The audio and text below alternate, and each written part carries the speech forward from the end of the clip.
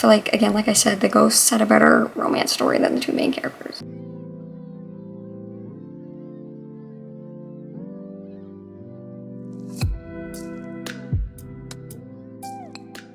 Hello besties, it is Kara. Welcome back to my channel. So today's video we're going to be doing another reading vlog. I know, blessing you guys with 2 reading vlogs this month. So today's one is just going to be simple. I'm just going to be doing a little mood reading vlog. Just going to see what I'm feeling in this week or so. I will say, I'm a new era of life, so I read a lot less than I usually do, but I just feel like, I don't know, reading has turned really weird. I feel like I'm in a slump because whatever I'm picking up I'm not loving. It's not really vibing with me. I don't know what it is. With all that being said, make sure to follow my socials down below. I love Goodreads, my apps, watch stuff like that is linked down there if you want to check it out. Like, comment, and subscribe, and with me. And let's just get right into it. To start off this video, I'm going to be reading Fake Skating by Lynn Painter. So I actually got this, if you guys watched last week's video, which was a vlog, my first ever vlog. I went to a little indie bookstore and they actually had this out a few days early, and it's also signed, which I did not even realize until I started the book, which I thought was pretty cool. But this is Lynn Painter's newest book. It is a young adult book, and basically all I knew about it going into it was that it was childhood friends to lovers, I think. Basically, from what I've gathered so far, is that the female main character, who's, I don't remember her name, Danny, her parents ended up getting divorced, and her grandfather, who she doesn't have the best relationship with, lives in this one town, and she used to visit this one town every summer, and that's where she met this boy named Alec, and they became quick friends, and they had a little bit of something before she ended up leaving or not coming back. They moved and she didn't come back, but now she has to move back, and apparently they didn't leave off on a very good foot. So I'm on page 65, so I'm still in the beginning midst of it, but so far I don't know, our male main character is calling her some really out-of-pocket names and stuff, and I'm like, why are we doing this? I don't know how they're supposed to get back together if he's calling her things like this. I would never forgive him. Our female main character is going through a lot. She's a new kid at this school, and everybody worships the hockey team. The male main character is a hockey player. Somehow, according to the synopsis, I forgot, they have to end up fake dating, so I don't know when that will come up in the book. And some of just the language, I'm teenagers actually do this and act like this and say this. Was I just a lame kid? I think so. I don't know, this one feels a lot different writing style wise than Better Than the Movies. That one was just a lot more sweet, and this one's very much are we actually young adults in high school or are we not? I've been thinking about this book ever since I picked it up at that bookstore. Hopefully I can finish this one because it is young adult. It should be really quick for me to get through, and I can start another book for you guys in this video. That is enough yapping for me. Let's mood read this week. Sit back and enjoy this mood reading video.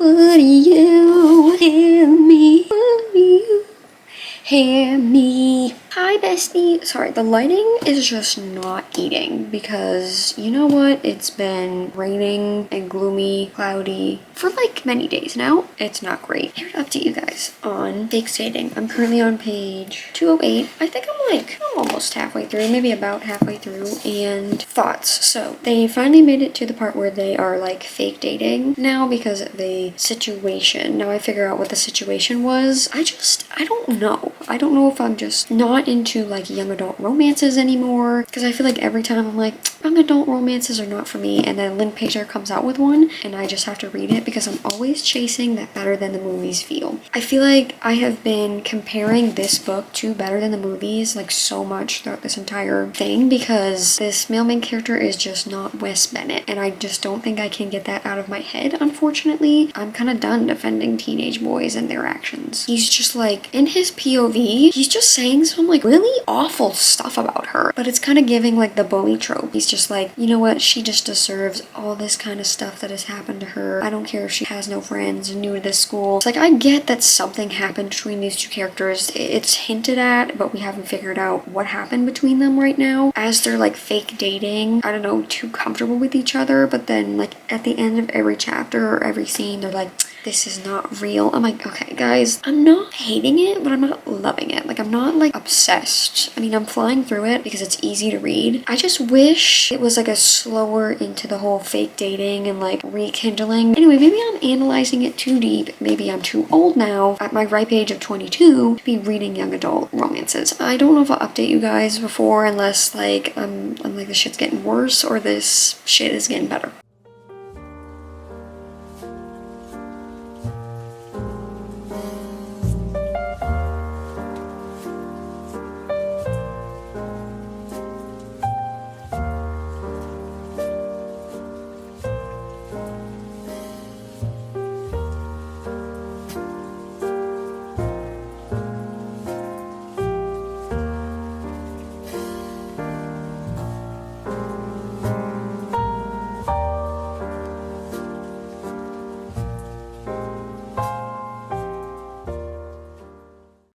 Don't mind how I look. I have finished Fake Skating by Lynn Painter. I settled on a 3 out of 5 stars. I just could not stand Alec. This entire book, I don't like how awful he was to her, literally in his whole entire point of view. It didn't even matter if like they were like fake dating or they became official. It just like, he still was just holding that grudge, which is totally fine, but they should have just had that conversation and not avoided it. I kind of predicted everything was gonna be exactly how it was. I liked Danny. I mean, she wasn't obviously the best either in some of the things that she was doing, but it was just like Alec. I just could not stand him this entire book. Just the way like they were talking and just like the amount of like swearing and just like stuff that's bringing up, like maybe that's just high school these days. I don't know, but I feel like it was really unrealistic. I'm kind of disappointed I didn't really love this because I've been like anticipating this for a while. That is okay. I just think I'm forever chasing that Better Than the Movies feel. 3 to 5 stars. Time to pick up our next book for this video. I think this will probably be my last book for this video. I don't think I'll be able to finish it in this video, but I at least want to like start it. I'm just really indecisive about what I want. 2 books that I'm like leaning towards are Soul Searching by Lila Sage. This is like her newest release. I think it's just like the best for the spooky season. And the other one is on my monthly TBR, Fall I Want. So both are like fall related books. I just can't decide what I want. I just picked the other book as like a,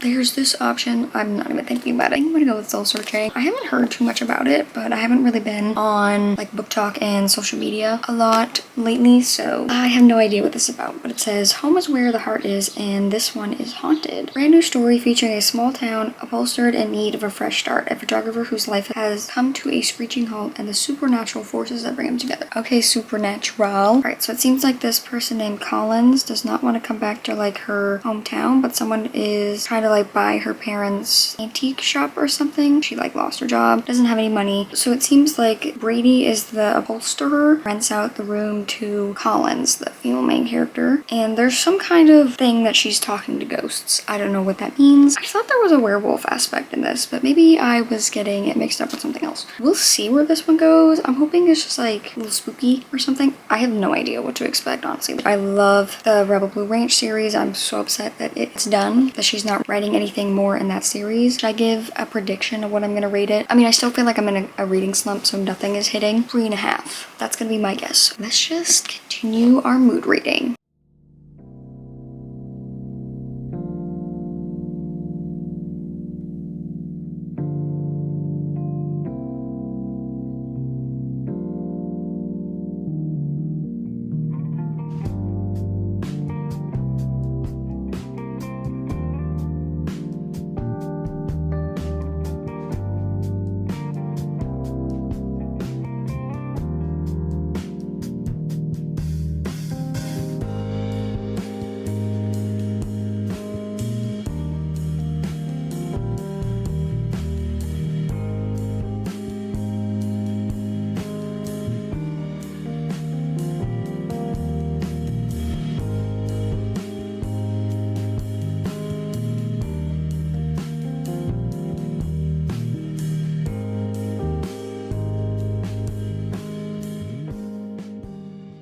Change my mind so much it's exhausting. I still think about that night out in Boston. Hi besties, I am here to speak with y'all. Also went to the Tate McRae concert last night.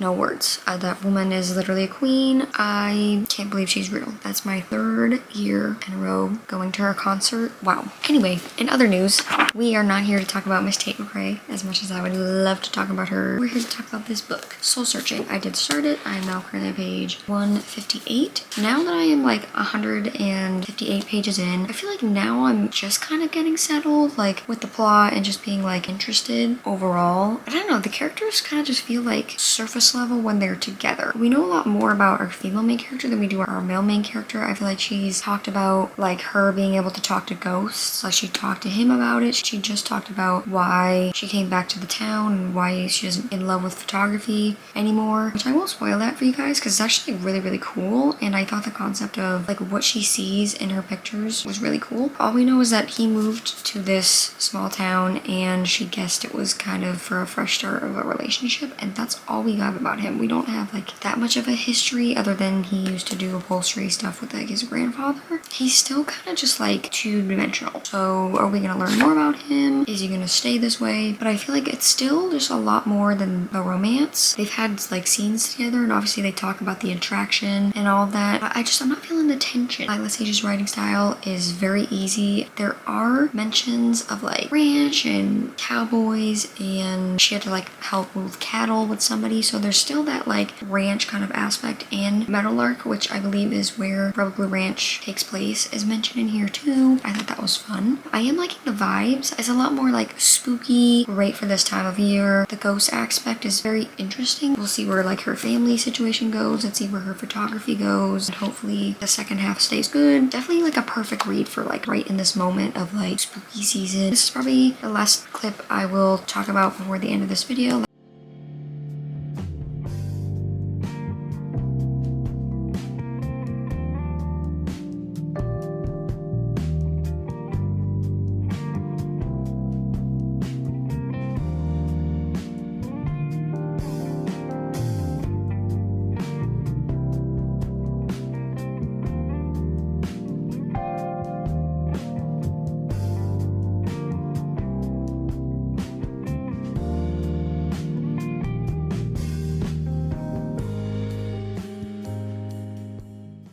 Besties, it is time to wrap up this video. I'm sorry if I sound a little weird. I am currently sick or getting sick. So we're gonna make this quick because I cannot talk for that long. I wanted to just wrap up this video quickly. We read Fake Skating. I believe I gave it 3 to 5 stars. I just feel like overall, I just don't think young adult was really like for me anymore. And with that Lynn Painter book, I was really hoping for like a better than the movies moment. And it just like wasn't that, which is totally fine. I don't know, I didn't really like the male main character and stuff like that. So yes, 3 to 5 stars. And then ended up finishing Soul Searching just in time for this video, thank God. And I ended up giving it 4 stars. So I did not really up to you guys. I think I gave like a halfway-ish update. I did write some thoughts down for this second half. Read this like so quickly. See, the thing about Lila Sage's writing is that it's so easy. Like I literally read this so fast because just like the Rebel Ranch series, her writing is just very digestible. It's very bingeable. It's very just like easy, which is really easy for me to fly through. Like I literally read half the book actually yesterday in like literally a couple hours. Great vibes for the spooky season. I really liked the like ghost aspect of this book. I liked just like seeing it and having her like interact with them. They had great personality, great love story between the two ghosts, which I think was a better love story between the two characters, but we'll get into it. But yes, just really spooky, eerie vibes of this town. I really enjoyed that part. I thought it was described very well. I think things that they were doing like within the town and going to different places just made the vibes just like really like ooh, like creepy, but like in the best way. So I will say this was like probably something that's not that serious, but the stuttering was like really annoying me because like the way I had to read it was really weird. People stutter, it's a thing, like it's okay, it doesn't bother me ever in like a person, but like trying to read it, I don't know how to describe it, but like I don't know why it happened like every single page. Like either she was doing it or he was doing it, her mom was doing it at some point, and like maybe it was just like part of the whole thing. I will say I loved how how Rebel Blue was connected in this. So I don't know if I talked about it, but they did like work on like a ranch, or there was like horses and like cattle moving or whatever they call it mentioned in this, and I really like that because it gave me a little slice of Rebel Blue Ranch and something that Violet Sage has obviously done before, so I liked that kind of aspect still being in there. But then at the end, Cam from Rebel Blue Ranch series, the last book, Wild and Wrangled, love that book, it's my favorite in the series, she ended up coming in here. She made an appearance, and so did Amos, because one of the characters in this book, it's his brother. So I really love that crossover. It just like made me miss the series so much, and I love when like universes intertwine. It gives me like the best vibes of like seeing my characters, and even though that series is over, I still get to see them. My only like complaint about this book was that it didn't really connect with like the romance. I felt like it was just very like surface level. Obviously we learned a little bit more about the female main character Collins, but I feel like we didn't really get too much like backstory and depth to the male main character Brady. I mean, talked briefly about his relationship. He did talk about his family. I feel like I didn't think that there was any really tension or like emotional connection or depth between the two of them. I feel like this book was a lot more than just romance. It was kind of like her kind of just figuring out like her life and reconnecting with these ghosts and figuring out what she wants to do with life, helping try to save her parents' shop from being like sold to this corporation thing. It was more like that than it was romance. It was really quick. I loved the vibes. I genuinely thought the characters were cute, and like when they were together I could tell that they both really cared about each other. I just wanted like a little bit more, I guess, from like the romance part. I feel like, again, like I said, the ghosts had a better romance story than the two main characters. Overall, would totally recommend before the spooky season is over, or just fall in general, and it just made me very excited to read again. You guys, am I back in my reading era? We will see. I hope you guys enjoyed. Thank you for watching. Back with another reading vlog. So that is all for me. Make sure to follow my socials down below. And love my Goodreads, my Amazon wish list, like that is linked there if you want to check it out. Like, comment, and subscribe. Visit me. And I will see you guys next week for a TBR video, I believe. I will see you guys in the next one. Bye!